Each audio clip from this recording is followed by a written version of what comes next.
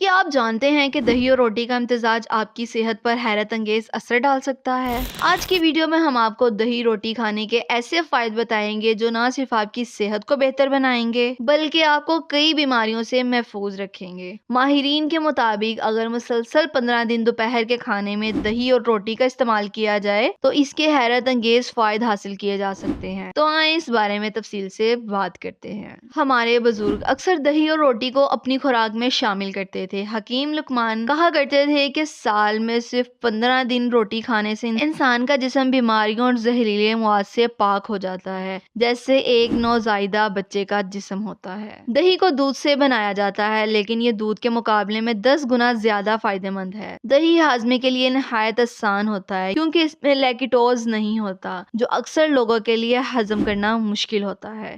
دہی میں موجود پرو بایوٹکس یعنی گڈ بیکٹیریا آپ کی آنتوں کو مضبوط کرتے ہیں اور بد ہضمی، گیس اور معدے کے دیگری مسائل کو ختم کرتے ہیں۔ ہاضمہ بہتر بناتا ہے۔ دہی روٹی کھانے سے ہاضمے کے مسائل جیسے گیس، بد ہضمی اور کھٹے ڈکار ختم ہو جاتے ہیں۔ جسمانی کمزوری ختم۔ دہی میں موجود پروٹین اور معدنیات جیسے کیلشیم اور میگنیشیم آپ کے پٹھوں اور ہڈیوں کو مضبوط بناتے ہیں۔ بالوں اور جلد کے لیے بہترین۔ اگر آپ کے بال گر رہے ہیں یا بے جان ہیں تو دہی میں موجود زنک ان کی نشوونما کو بہتر بناتا ہے اور جلد کو نرمی دیتا ہے۔ وزن کم کرنے میں مددگار۔ دہی روٹی کھانے سے میٹابولزم تیز ہوتا ہے، جس سے جسم کی چربی جلتی ہے اور وزن کم ہوتا ہے۔ قبض کا خاتمہ۔ دہی آنتوں کو نرم کرتا ہے اور پرانی سے پرانی قبض کو بھی جڑ سے ختم کرتا ہے۔ جگر کی صفائی۔ دہی روٹی جگر سے زہریلے مادوں کو نکال کر اس کے فائد کو درست کرتی ہے۔ ذہنی سکون۔